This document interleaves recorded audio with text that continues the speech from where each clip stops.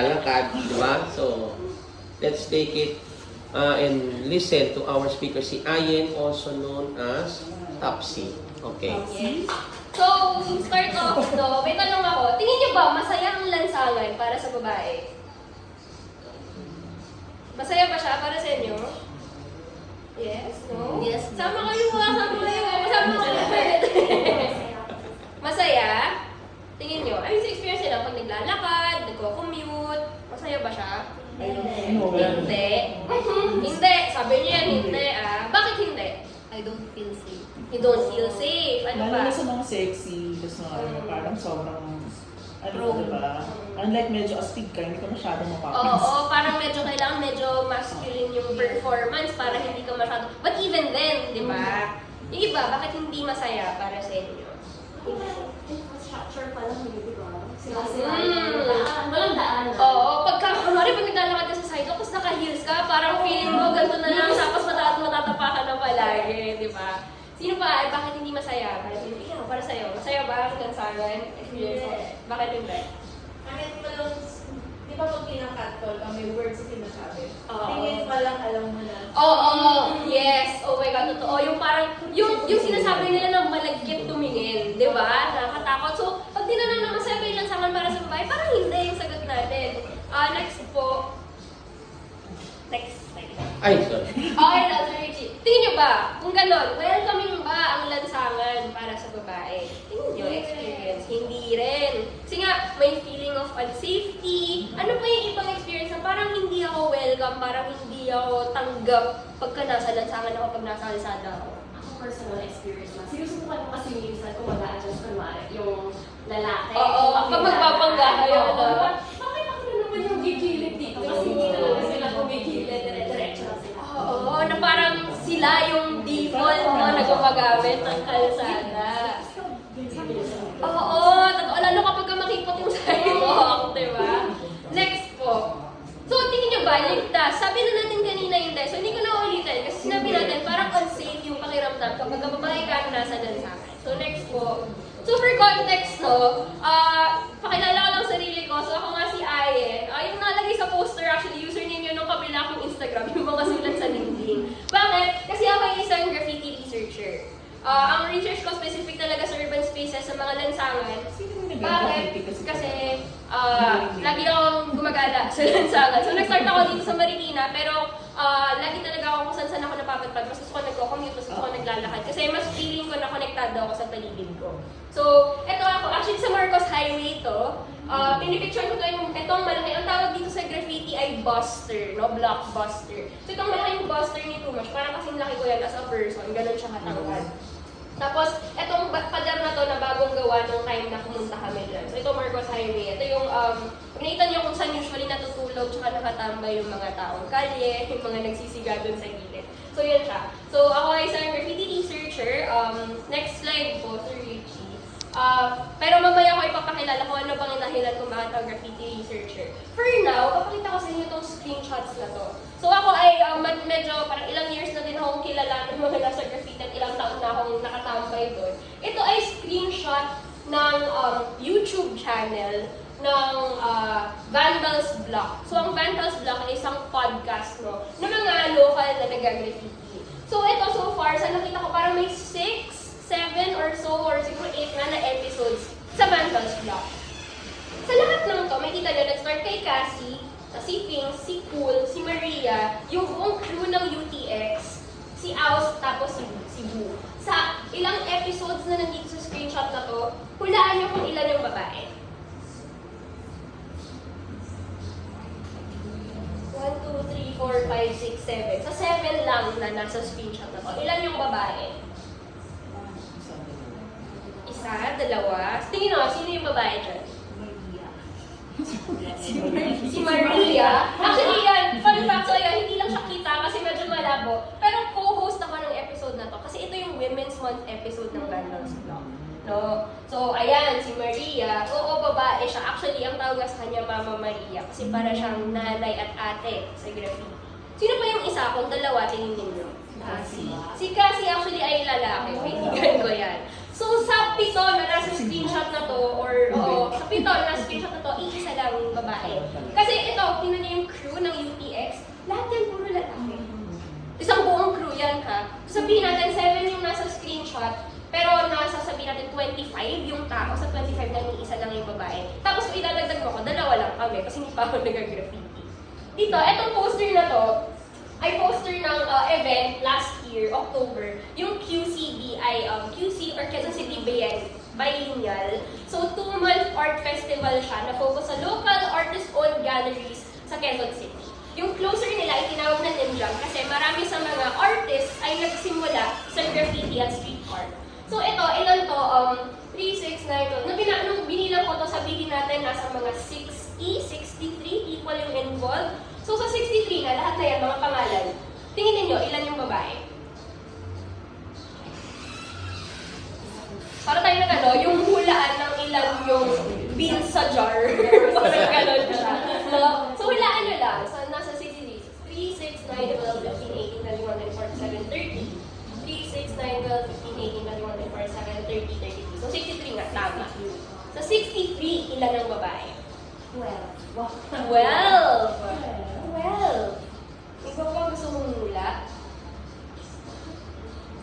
Less than 5. Less than 5? Pwede rin.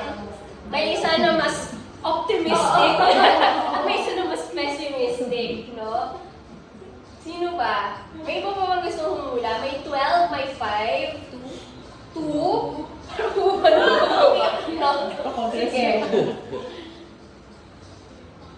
So sa bilang ko, no, nung last kong binilang or sa last kong alam, nasa hindi tataas, nasa anywhere between 6 to 8 lang ang babae na nandito. So hindi ko ituturo sa inyo specifically kasi yok silang i-out.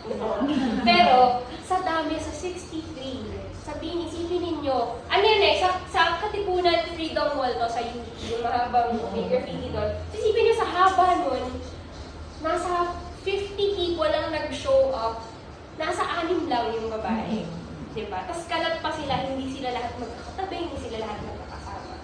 So this should give you an idea of what the graffiti space and the street art space is like in the Philippines, at least in Metro Manila. No? So next slide po, Sir Rich. So, ang graffiti at street art culture, kahit nasabihin natin na nasa mas makabagong panahon na tayo, na mas gender equal siya, at na even alternative culture siya, puro lalaki pa rin siya. No? So may mga babae, pero konti kasi nga diba dun sa 63 na nasa poster, ilan? Nasa 6, 7, 8 yung babae. Tapos, ang tawagan nila palagi, Kuya, Boss, Idol, or Lodi, or Lods, Sir, diba? Tapos ito yung isa pinaka-frequent na sinabi sa akin ng first 2 years ko sa eksena, pagka nagkikita-kita sa mga event. Ha? Talaga? Akala ko lalaki nagpapatakbo nun, yung mga sulat sa dingding. Kasi dun sa mga sulat sa dingding, ang pinofocus ko lang, picture lagi ng graffiti. Walang picture ko, hindi ko pinapakita kung sino kasi gusto ko na mag-focus lang doon sa nakikita sa lansangan. So dahil hindi pinapakita kung sino at graffiti lang yung nakikita, ang assumption nila, lalaki yung nagpapatakbo ng account. No? So may kita nyo dito, ito galing ko sa mga chats ko, directly sa mga chats sa akin ng mga tao. So itong person na to, nagkakwentuhan kami kasi taga Marikina din siya. Nabanggit ko na, since ko ako nung bata, so familiar din ako doon sa lugar. Tapos sabi niya, girl, period. Kasi parang nagkukwento ko na, nung since ko, ganyan. Sabi niya, girl. So nagulat siya na babae yung kausap niya. No? Tapos ito pa yung experience, no? Ito, close friend ko to, si Deke ito. Nagkakwentuhan kami at sabi ko, at some point, no, may sinabi siya, tapos nag-reply ako na parang pag nandun ako siguro sa isang graffiti event na, again, puro lalaki, siguro iniisip nila, jowa lang ako ng kung sino, sabi ko. So, ganun din kasi danas ko sa iba sa mga ganap bago nila ako nakausap. Na ako pala tong account, yung mga sulat sa dingding, di namamansin kasi akala lalaki may hawak dito. So parang kapag akala nila, tropa lang or kapwa lalaki, parang mas lukewarm yung reception nila. Sabi ni Teke, akala ko din dati eh. So this is one of my close friends in the scene. Akala na noon, lalaki din ang kausap ko noon. Tapos ito, sa personal account ko na to, kasi nahanap niya yung personal account ko. Nakilala ko siya sa very first graffiti event na napuntahan ko. Tapos, nagkukwentuhan sila, tapos nakisasawa ko sa kwentuhan nila. So, in-introduce ko yung sarili ko para medyo wary kasi sila na parang, sino ba itong random na ito na nakikipag-usap sa amin? Parang, pinag-usapan nila kasi, may nag-away sa isang event, tapos hinampas siya ng bote sa ulo. Very guy stuff, no? Tapos, nakisawsaw ako, nakipag-friends ako sa kanila. Tapos, yung kwentuhan namin, more parang, uy, nice to meet you, ganun lang siya nagsimula. Tapos parang may konting parang usap-usap, pero hindi naman masyadong specific yung topic. Tapos sabi niya bigla sa akin, kapag down ka magkape, or beer, or lunch, or dinner, or breakfast, lahat ng meals of the day, magugustuhan ko yun. Tripping with you, hehe. So, ibig sabihin nung nalaman niya na babae ako, biglang nag-iba yung init ng hangin. Bebe na ako, chicks na ako. Diba? Ibig sabihin, maliban sa puro lalaki yung nasa eksena, ibang-iba ang pakikitungo nila sa babae, no? So, yan yung slides in your DMs type, diba? Na parang, uy, babae pala to. So, hi miss, ganon, diba? At saka, ito ay sa mga pinaka-poignant na sinabi sa akin ng isa sa mga naging close friends ko sa eksena nung una kami nagkakilala. So, ang context nito, humahabol siya sa isang art event.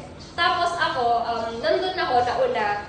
Tapos, nag-post ako ng story nung event. Tapos medyo malilate siya kasi galing yata siyang ibang bansa. So, straight from the airport pa siya. Sabi niya, Tol, bukas pa ba yung event? Tapos ako wala akong pakialam, tinatawag akong Tol. Kasi parang maliban sa hindi ko sinasabi yung gender ko, ganun lang din, sanay ako kasi sanay ako na puro lalaki yung kaibigan ko. Sabi ko, sabi dito magsasara na ng 8, pero hanggang 10 nandito pa yung mga tao. Sabi niya, okay, salamat.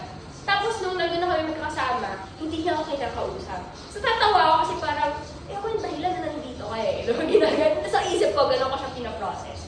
Tapos later on, may nagbanggit na, yan, kasama natin si mga sulat sa dingding. Tapos literal ganito yung reaction niya, ikaw yun? Ganon siya. Tapos tumawa lang ako. Tapos, sabi niya, nung lumabas na kami, kasi nasa 7-Eleven kami nun, sabi niya, sorry, ganun kita kausapin na tol, chong, laman, ganun lang. Akala ko kasi lalaki ka, kung alam ko na babae ka, hindi kita kakausapin ng ganun. So, ibig sabihin, very, very specific kung paano sila makitungo makipag-usap sa babae. And it's not to say na morally good or bad siya. Alam ko na situation lang din siya na gano'n sila lumaki, gano'n sila natutong makipag-usap. Minsan mas okay na kausapin ka na parang babae kaysa parang lalaki kasi kupal sila sa isa't isa. Pero minsan, especially for me na research at specific personal interest yung ginagawa nila sa graffiti, nahihirapan ako kapag kababae lang yung turing nila sa akin. Kasi alam ko na hindi ako madaling isasama sa mga kaganapan na gusto ko mapanood na ginagawa nila. No? So, iba talaga kung paano sila magtrato ng babae versus kung paano nila tratuhin yung mga kapwa lalaki. So, next slide po. So, for context din, kaya ang dami ko nang ine-eme dito kasi na-publish na rin sa research yung ginagawa ko. So, meron akong chapter dito sa internationally published book na Visual Culture in the Philippines. So, ito yung unang, alam kong internationally na-publish na research on graffiti and erasure mula sa Pilipinas, sa international, at yung focus ko talaga ay yung erasure ng graffiti sa Marikina. Yung alam natin, Marikina art, di ba? MMDA art, MCF art, BF art. So yun yung naging focus ko for this study. So next slide po. Dito sa research na to, isa sa mga findings ko, no? So ang finocus ko yung Chinese temple sa Guerrilla Street sa may Santo Niño, kung naalala na yun. Tapos sa labas kasi ng Guerrilla, doon sa Chinese temple, may malaking Marikina art na pinainting sila. Tapos, pinuntahan ko yon after elections 2022. Nung election, puro tarp ng politiko. So, hindi mo mapapansin na ganito yung pader until tinanggal na nila. Parang nalinisan, kumbaga, nung nawala lahat ng tarp ng mga politiko. At lumabas na ganito yung itsura ng pader doon malapit sa Chinese temple. So, ano makikita natin dito? So, sorry, medyo washed yung kulay. Pero magkatabi dyan, yung bilog-bilog na alam natin Marikina art, care of Marcy Chodoro. Kasi style niya yan. So, natitingnan ko na kung kaninong style ng Marikina art yung lumalabas. Nakatabi at naka-overlap siya sa bulaklakin na MCF art. Ano yung mapapansin ninyo kung magkatabi yung bilog-bilog ni Marcy at yung bulaklakin ni MCF? Any visual observations? Or kahit mga interpretation at assumption natin base dito sa photo na to? Anong vibes ninyo? Bilog-bilog lang. Cluttered yung bilog-bilog. Sama-samang gano'n. Ito, standalone. Clustered. Tas dito parang medyo mas nakakahinga. Oo. Ano pa? Parang gawa ng sa Marikina. Yes, sa Marikina Same to. ano din. Yung colors. Colors. Oo. Dito mas medyo parang iba-iba yung color, pero dito mas may cohesion siguro at vibrance, may depth yung kulay niya. Ano pa? Gusto ko kayong i-add. Ano napansin ninyo? Something about the flowers, yes. Kasi ma-feminine si MC. Yes! Interestingly, si Marcy Chodoro, bilog-bilog, so mala-abstract art ang approach niya. Pero si MCF na alam natin babae, may mas representation yung art niya. So, kumbaga dito, eme-eme lang, kasi nga bilog-bilog lang, kumbaga parang plinaster lang, dito parang may artistic vision, may approach, kumbaga, na malinaw. So, in that sense, ito, yung sinabi ko doon sa chapter na yun, no, the differences in branding and aesthetics could be attributed to differences in government approaches, yes, styles of leadership, and even political and personal philosophy. So, magkaiba sila ng approach bilang magkaibang leader. Pero, pwedeng fundamentally influence din siya ng pagkakaiba ng personality nila, paano sila lumaki, saan ba sila lumaki, ano bang pagkatao, ano bang personality meron sila as human beings, na rooted in gender and relevant experiences. No? So, ibig sabihin nun, yung knowledge nila, yung senses nila, kung paano sila tratuhin ng mundo at paano sila makitungo sa mundo dahil babae versus lalaki sila, posibleng nag-fuel ng pagkakaiba ng aesthetic preferences nila. No? So, yung aesthetic sense ni MCF, in fact, represented in, ito, yung bulaklakin, no? Shows na medyo stereotypically feminine yung imagery. Flowers, kasi babae siya. Diba? Tapos yung flowers, medyo softer shades siya, kumpara doon sa geometric shapes ng Marikina art na parang literal na, sige, basta may space of may kailangan kayong takpan na vandalism, lalagyan natin siya. Kahit na hindi natin alam kung anong direction siya pupunta. No? Parang gano'n. So the form that the cover-ups take are also worth noting kasi nga si MCF, mas representation, mas realistic yung visual sense niya compared kay Marcy Chodoro na medyo mas abstract, diba? So merong layer ng gender dun sa pagbura ng graffiti sa Marikina City, kahit na hindi siya yung focus, it's interesting enough to say na, oh nga, bakit sobrang wildly different yung pinili nilang itsura. And therefore also, kasi syempre hindi naman sila directly yung gumagawa niya, may mga trabahador sila, diba? Ano yung naging communication, ano yung directive sa mga taga-Marikina art unit natin sa engineering na pinayagan nila, no, na parang, sige, gawin na lang natin kasi inutos sa atin yan versus gusto ko ba talaga itong ginagawa ko? Diba? Or another way of asking that question na tinatakan ko ngayon sa master's thesis ko ay, tingin ba nila art yung ginagawa nila kung ito siya versus kung itong bilog-bilog siya? Do they see themselves as artists? No? So, next slide po. So, dako naman tayo no, sa mas malawak na picture. So, pinag-usapan natin graffiti, aesthetics, art, Marikina, whatever. Pero alam ko na hindi lahat tayo napapansin yun. Kasi ako mabaliw lang ako. Yun talaga yung favorite ko tingnan sa lansangan. Eto, definitely mapapansin natin. Kasi kanina nung tinanong ko, masaya ba ang lansangan para sa babae? Safe ba siya para sa atin? Malinaw na yung sagot natin. Parang hindi eh. Hindi talaga sa experience natin. So, for context, ito yung Bawal Bastos Law or yung Safe Spaces Act. So, anong sinasabi ng Safe Spaces Act? It basically defines what a public place is. Kasama dyan yung public washrooms, mga PUVs, no? Mga PUJs natin.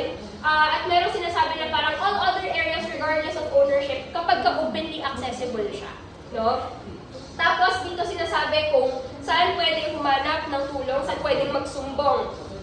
Meron sa LGU, meron nearest na police precinct kasi may BAUSI desks naman tayo, Local Social Welfare and Development Office, sa PAO or Public Authorities Office, etc. So dito nakalista basically saan ka pwede humingi ng tulong. Tapos, meron tayong iba't ibang klase ng gender-based sexual harassment na covered ng Safe Spaces Act or yung Bawal Bastos Law. So, meron ng verbal, may demonstrated, at merong gender-based sexual harassment through stalking, physical advances, such as touching, pinching, brushing, etc. No? So, iba-ibang categories kasi iba-iba yung level ng harm siguro at ng damage na kaya niyong i-cause. Parang yung level of offense. So, dito nakalagay, ano yung mga parusa basically? Kapag verbal daw, first offense, 12 hours community service plus GST, tapos may fine. Pag second offense, imprisonment of 6 to 10 days plus fine. Pag third offense, imprisonment of 11 to 30 days plus fine. So palaki ng palaki yung fine, tsaka yung number of hours or days na nakakuna or magko-community service ka. Same thing with the demonstrated GPSH, no? May community service, mas mataas na fine, mas mataas na number ng days ng pagkakakulong, mas mataas na fine as you go along. And also with yung physical na kumbaga, na GPSH na kasama yung stalking, physical advances. So ito, straight up first offense, kulong agad. No? Second offense, may kulong, may fine din, tapos mas mataas na yung fine, and same with the third offense. So this is a really quick snapshot into ano ba yung laman ng Safe Spaces Act or ng Bawal Bastos Law. Kasi I know na narinig natin siya, nakikita natin siya, nagagamit natin siya minsan sa usapan. Pero hindi ibig sabihin na narinig natin siya, alam natin kung ano talaga yung laman niya. No? So ayan, nabigyan ko kayo ng snapshot. Next slide po. Yung Safe Spaces Act or Bawal Bastos Law, I think has to be taken with two questions in mind. Kasi nung hinahanap ko kung ano yung current statistics on this para malaman yung effectivity niya, wala pa akong makita. Dahil maliban sa bago siya, around 2023 lang yata siya naging batas. Meron ding issue na masyadong, so yun, dahil masyadong short yung period of time, masyadong maikli yung oras para mag-collate ng data. But at the same time, I think we have to have questions on how we could actually measure or look at the effectivity of the Bawal Bastos Law. So first of all, ang tanong ay, gumagana ba yung Safe Spaces Act? Kalat ba siya? Diba? Ibig sabihin, alam ba ng mga manyak na may Bawal Bastos Law? Kasi di ba laging responsibilidad ng nabibiktima na alamin kung ano yung mga batas para protektahan siya. Pero panangga kasi yun. Dapat yung manyak mismo na siyang makukulong, alam niya kung ano yung nilalabag ng batas. So, question of kung kalat ba, alam ba ng mga manyak at hindi lang ng mga posibleng maging biktima? Diba? Kasi kung posibleng biktima lang yung may alam, firefighting palagi yung response natin. We're not addressing things at the root. And second of all, so yun, question, alam ba ng manyak na bawal siyang manyak? Second, alam ba ng mga pwedeng mabiktima na may Bawal Bastos Law? Because we're speaking about this conversation in a speakeasy bar na lahat tayo may privilege of access of information. Pero paano yung mga taong mas directly vulnerable dito dahil ang trabaho nila nasa lansangan? Dahil ang trabaho nila nasa male-dominated spaces? Dahil walang authorities or bosses or HR na pwedeng pagsumbungan kapag may ganito nangyari? Sila, alam ba nila? Diba? So, dalawang sides, alam ba ng posibleng kriminal na posible siya maging kriminal? Alam ba ng posibleng mabiktima na pwede siyang magsumbong kasi hindi tama yung ginagawa sa kanya? And third question on this, alam ba ng mga senador at representative natin na may gantong batas? Why am I asking this question? Ano yung mga recent na alam natin na related sa balita? Ann Curtis, di ba? Tsaka ano, tumagdag pa dyan si Topacio, yung inayupak na sobrang kadiri nung sinabi niya tungkol kay Sara Elamo. Very, very disgusting remarks, di ba? So, lahat ng layers ng conversation na to, kailangan tanongin natin, alam ba nila? Alam ba ng manyak? Alam ba ng biktima? At alam ba ng mga tao actually sila yung gumagawa ng batas? Na sila mismo, lumalamag sila ng batas, di ba? And if those are the questions too, especially on the level of our representatives, anong ginagawa kapag nilabag nila yung batas? Diba? Does anything actually happen? Do they get censured? Binabawi ba yung posisyon nila? Tinatanggal ba sila sa posisyon? Meron ba silang sanctions na nami-meet? Meron bang nag-hold accountable sa kanila? Kasi alam natin sa Pilipinas na kapag makapangyarihan ka, napakaliit ng chance na i-hold kang accountable. Napakaliit ng chance na harapin mo yung krimen, yung harm na ginawa mo. And so, if that's the case, that even the most visible people who should know the laws they're passing don't even give a shit, don't even know about it, then how do we know? And how do we measure? And how do we ensure na yung mga manyak na hold accountable at yung mga posibleng mabiktima ay actually keep safe? So, kung sa pinakataas na level wala, paano pa natin i-expect na yung kakascage sa pinakababa? Diba? Second question, sapat ba? So, unang tanong pa lang natin, kalat ba yung kaalaman tungkol sa batas na to?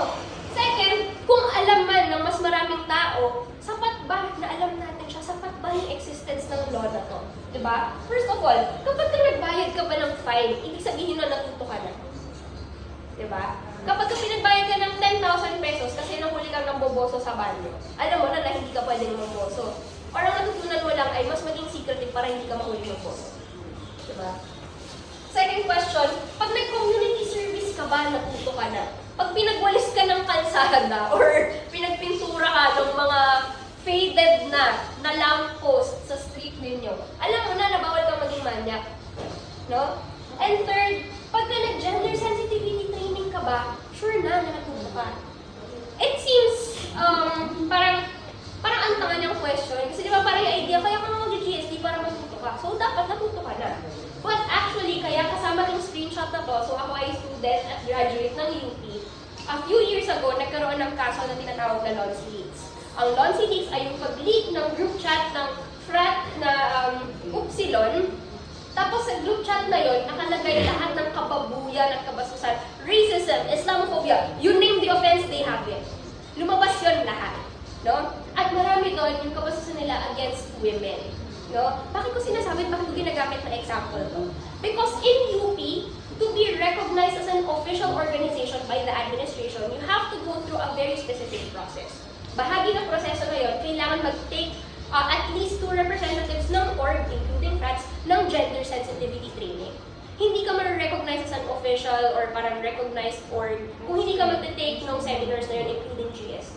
And so, Upsilon, as a recognized fraternity or organization in UP, had to have taken the GST.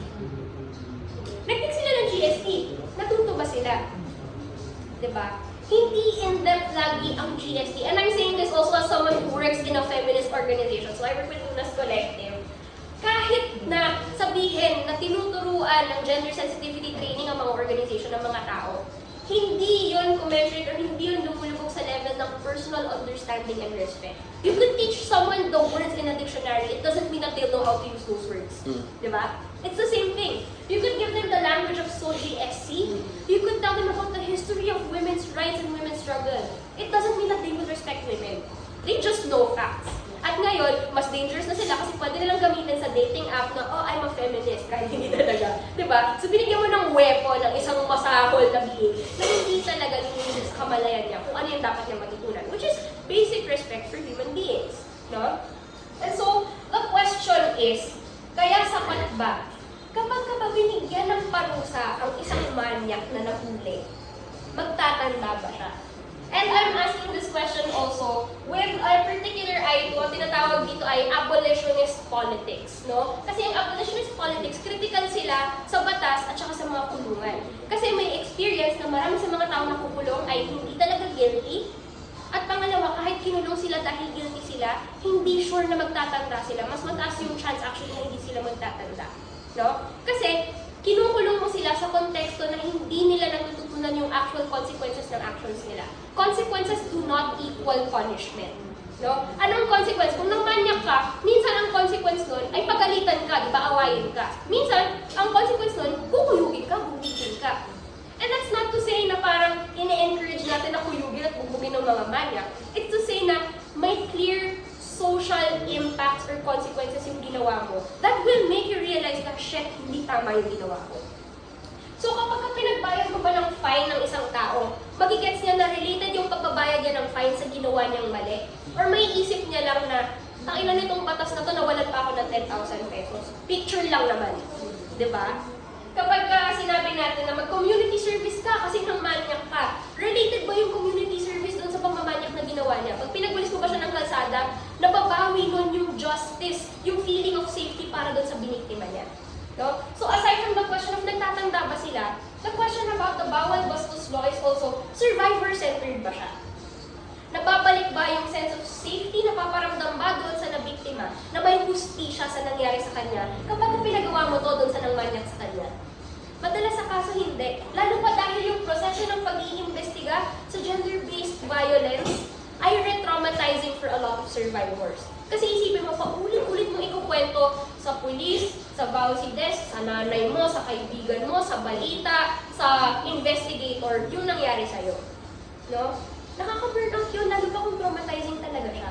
So maliban sa question na connected ba, nagigets ba ng manyak yung ginawa niyang mali at nagtatanda ba siya? Nandun din sa, actually, pinaprioritize ba natin yung safety at yung justisya para doon sa nakaranas ng pagkakamali? Diba? So years after this happened, because this was in 2019, hanggang ngayon wala pa rin na-hold accountable sa Lonsi Leaks. And this is in UP, which is seen to be a progressive university. Walang nangyari.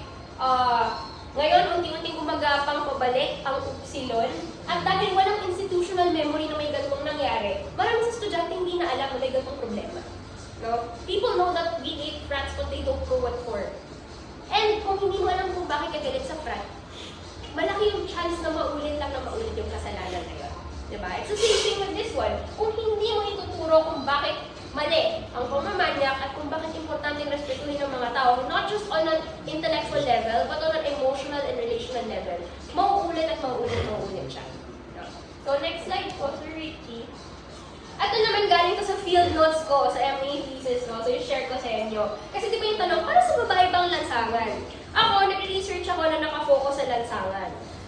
Hindi siya safe, pero enjoy ko siyang gawin. And for a weird reason, marami sa personal interests and hobbies ko ay galing or nakasentro sa male-dominated spaces. No? So, bilang mahilig maglakad sa lansangan, ito yung primary mode no, or feeling na lumalabas kapag ka nasa lansangan ako. Bakit kaya ang lakas ng feeling of guilt, shame, or intrusion ko just for taking up space? Tao lang din naman ako na gumagamit ng sidewalk, naglalakad sa kalsada. Bakit feeling ko bawal yun?